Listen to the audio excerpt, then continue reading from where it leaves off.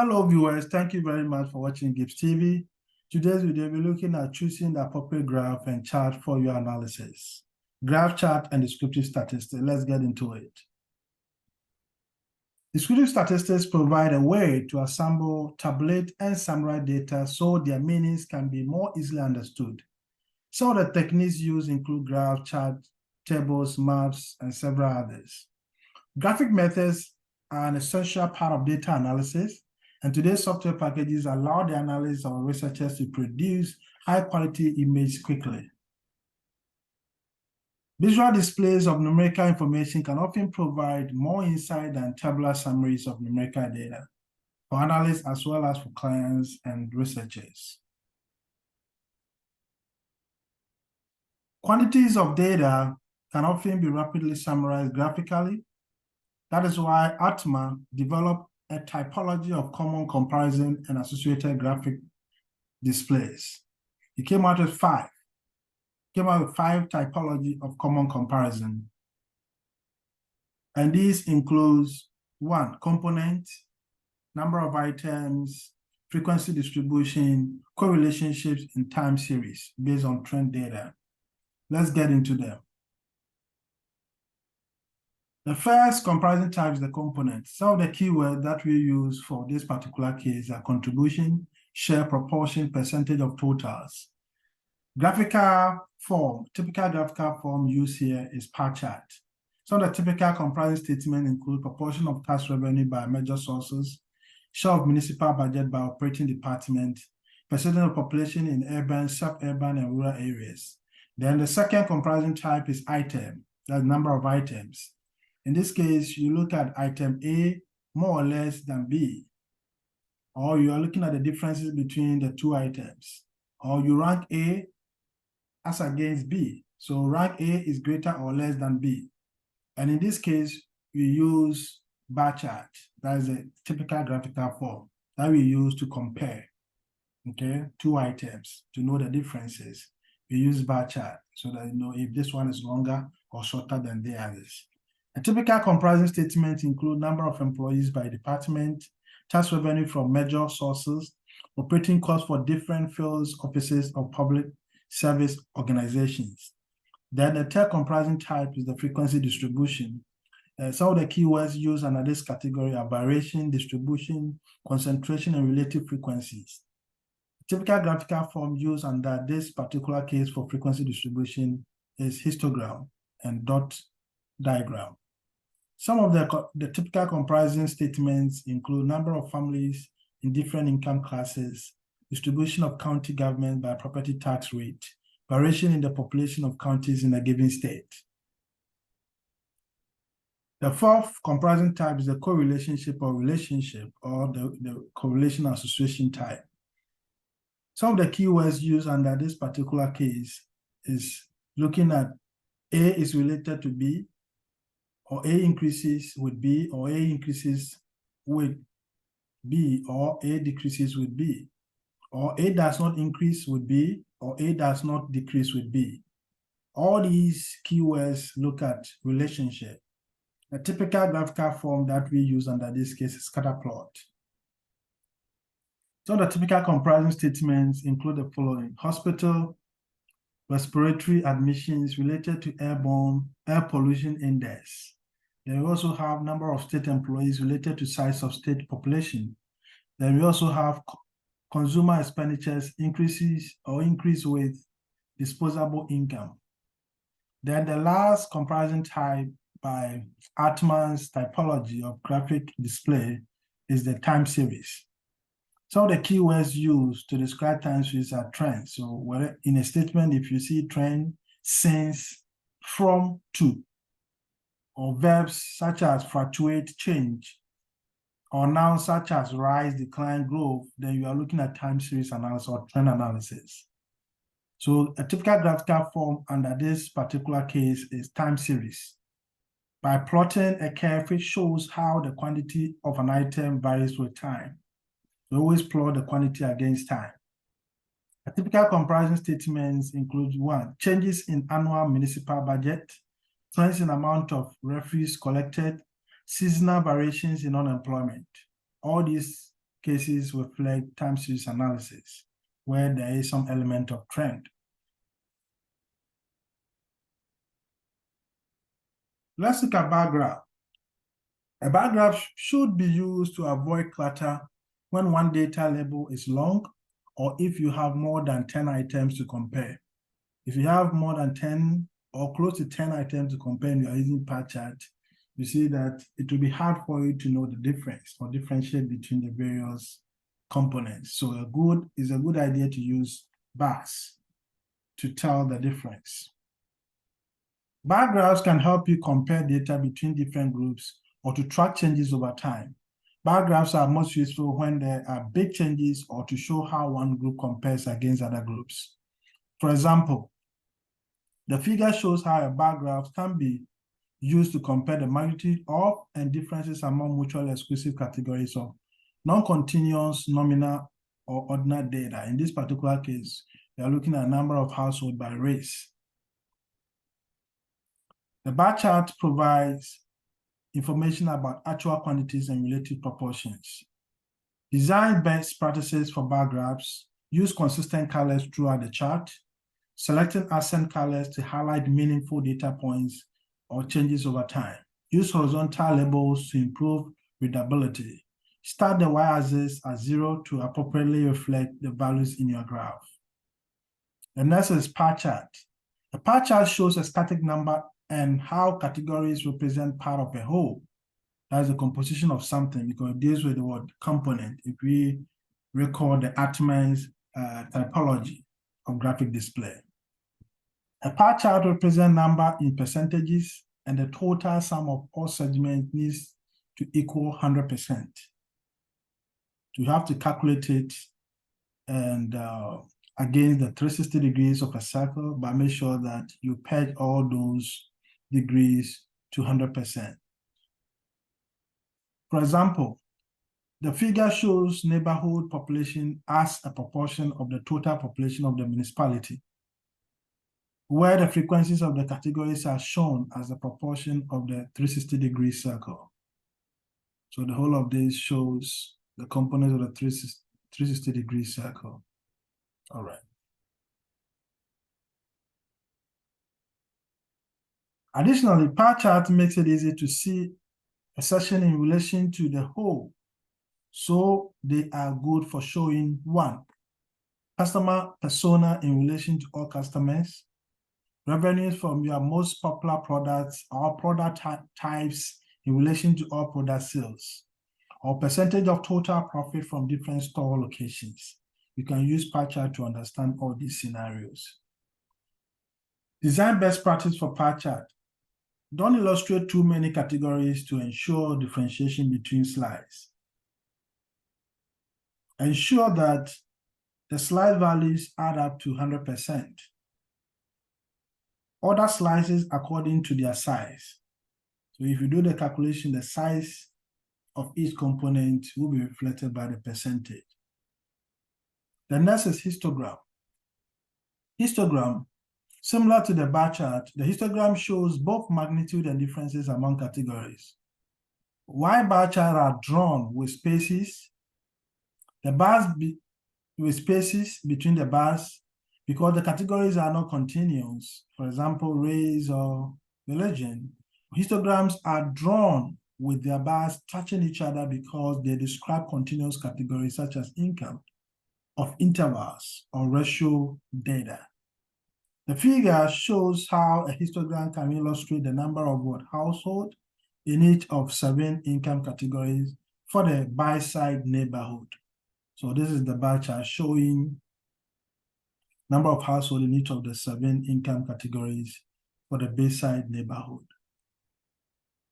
It is very much appropriate for group data. Anytime you're dealing with group data, histogram is very much appropriate. Dot diagram. Dot diagram are used in much the same way as histogram, but they are used when the variables have many categories. For example, when income data are plotted by $1,000 increment rather than 10,000 increment, as was done in the histogram case. The histogram case, the increment was based on 10,000, not thousands. If you're using thousands and you have more data points, you see that you cannot get the bars in a good shape. So the best method to use here will be dots. Dot.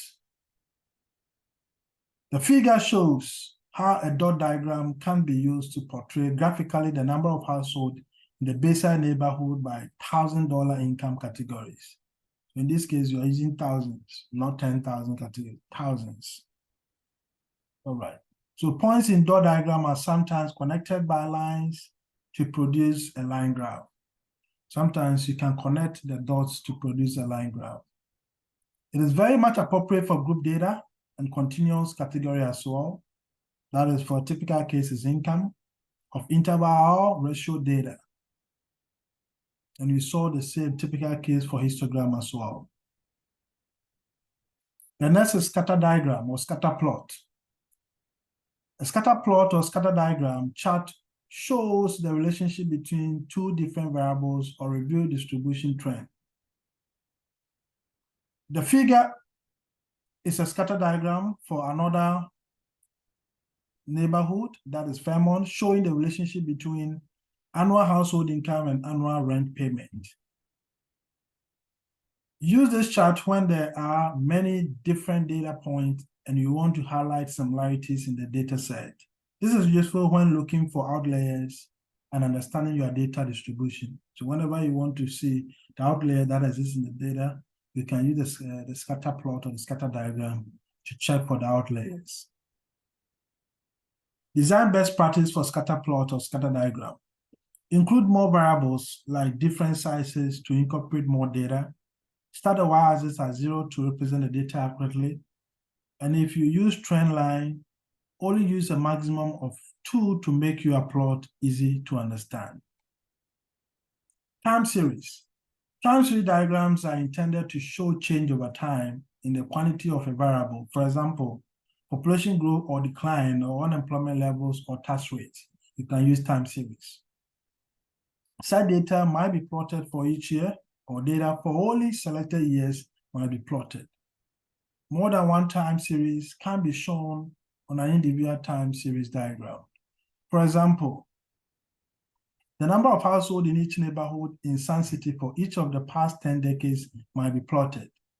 For instance, the figure shows the number of households for one neighborhood that is Bayside that are plotted from 1920 to 2010.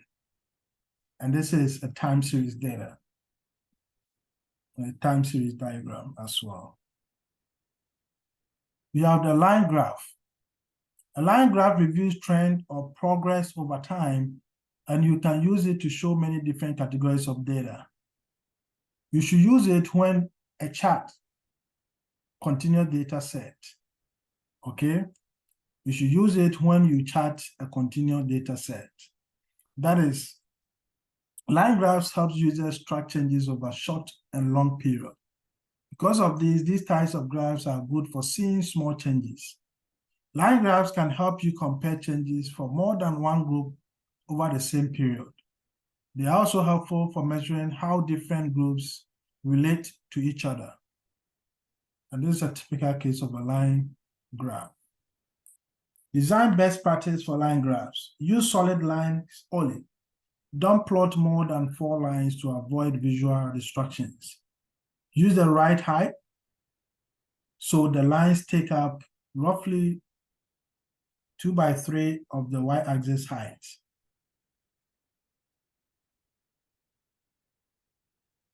That is to test of the y-axis height.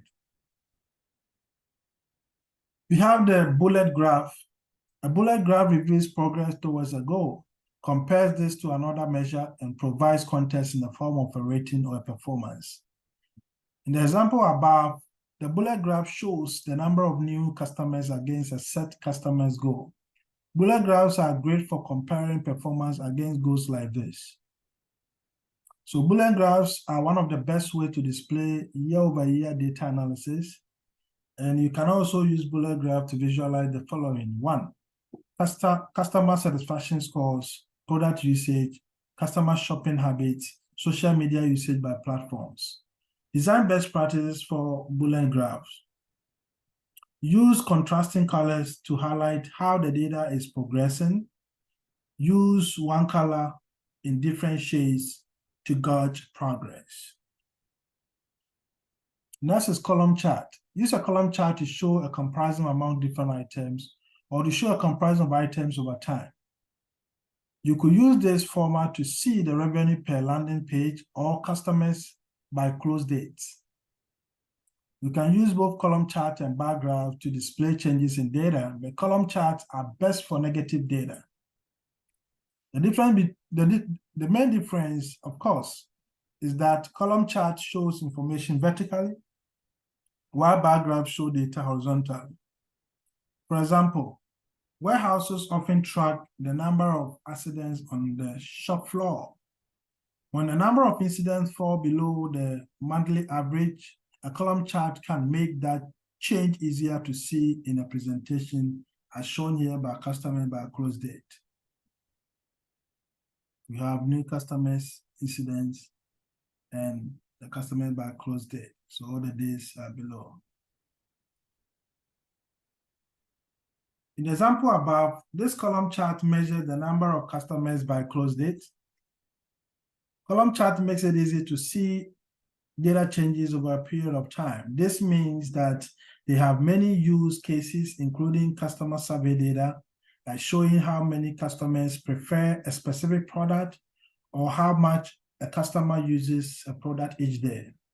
Sales volume, like showing which services are the top sellers each month or the number of sales per week.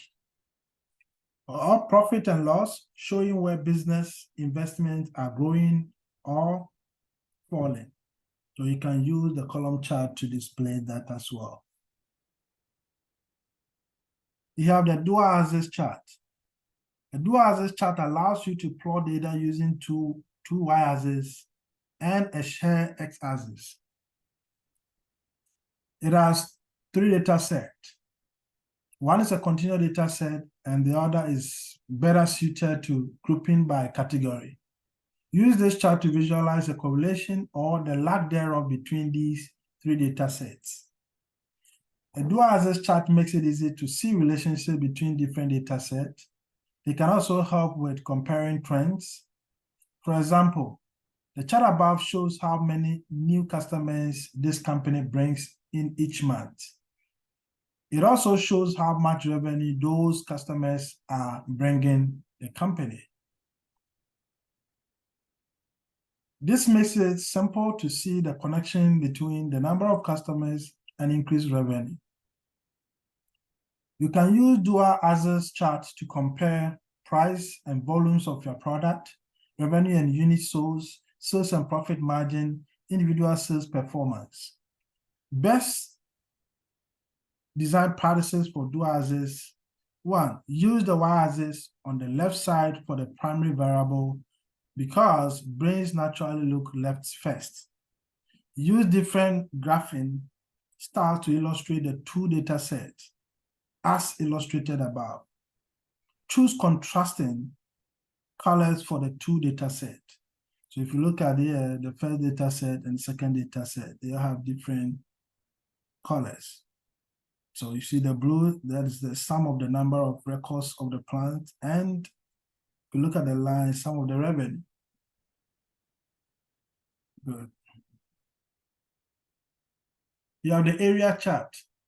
An area chart is basically a line chart, but the space between the x-axis and the line is filled with a color or pattern.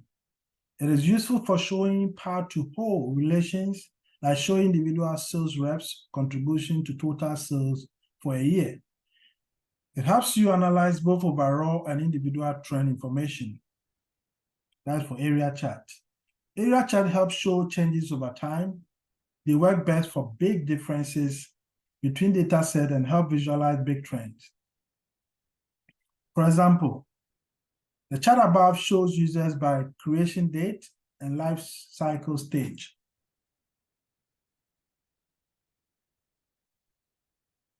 A line chart could show more subscribers than marketing qualified leads. But this area chart emphasizes how much bigger the number of subscribers is than any other group. So we see that every color represents each group. Okay, you have the first one, the subscribers, the marketing qualified lead, prospect, and sales qualified lead. This chart makes the size of a group and how groups relate to each other more visually important than data changes over time. Area graphs can help your business to do the following. One, visualize which product categories or products within a category are most popular. Show key performance indicators, goals versus outcomes. Can also help spot and analyze industry trends. It's very important. Area chart is very, very important. Design best practices for area charts. Use transparent colors so information isn't obscured in the background. Don't display more than 4 categories to avoid cluster. Okay, so don't display more than 4 categories to avoid clutter. Organize highly variable data at the top of the chart to make it easy to read. You need to organize highly variable data at the top of the chart to make it easy to read. Very important to do that. Next is bubble chart. A bubble chart is similar to scatter plot in that it can show distribution or relationship. There is a third data set shown by the size of the bubble or circle. In the example above, the number of hours spent online isn't just compared to the user age, as it will be on a scatter plot chart. Instead, you can also see how the gender of the user impacts time spent online. You see that it has the gender, those are in this color, as then you have the males, so we have those in the red, then we have the males in the blue, all right? And in this particular example, you see that the number of hours spent online isn't just compared to the user age, okay? The user age, but it's also what? Compared to that of the gender, where we have the male, female. This makes bubble chart useful for seeing the rise or fall of trend over time. It also lets you add another option when you are trying to understand relationship between different segments or categories. So in this case, you see that we have 3 variables. We have age, hours spent, and we have gender. Bubble chart helps you to do that.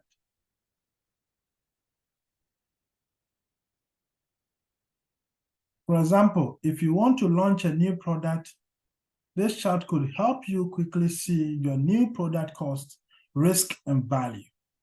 3 items: the product cost, risk, and value. This can help you focus your energies on a low risk new product with a high potential return. So bubble chart is very important when you want to do such exercise. You can also use bubble chart for 1, top sales by month and location, customer satisfaction surveys, store performance tracking, marketing campaign reviews. Bubble chart can be used to do all these activities. Design best practices for bubble chart. Scale bubbles according to area, not diameter. Make sure labels are clear and visible. Use circular shapes only because it's bubbles, so it should be circles. The next is waterfall chart. Use a waterfall chart to show how an initial value changes with intermediate values, either positive or negative, and results in the final value. Use this chart to review the composition of a number. An example of this will be to showcase how different departments influence overall company revenue and lead to a specific profit number. These types of charts makes it easier to understand how internal and external factors impact a product or campaign as a whole. In the example above, the chart moves from the starting balance on the far left, to the ending balance on the far right. Factors in the center include deposits, transfers in and out, and bank fees. All these factors: bank fees, checks written, deposit, transfer in, transfer out. A waterfall chart offers a quick visual, making complex processes and outcomes easier to see and troubleshoot. For example, SaaS companies often measure customer churn. This format can help visualize changes in new, current, and free trials users, or changes by user agreement. You may also want to try a waterfall chart to show, 1, changes in revenue or profit over time, inventory audits, employee staffing reviews. You can use waterfall chart to do that. Design best practice for waterfall charts. Use contrasting colors to highlight differences in data set. Choose warm colors to indicate increases and cool colors to indicate decreases. In conclusion, remember that different types of charts and graphs use different kinds of data.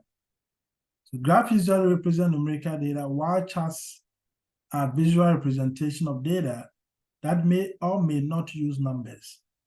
So while all graphs are typical of charts, okay, while all graphs are a type of chart, not all charts are graphs. If you don't already have the kind of data you need, you might need to spend some time putting your data together before building your chart.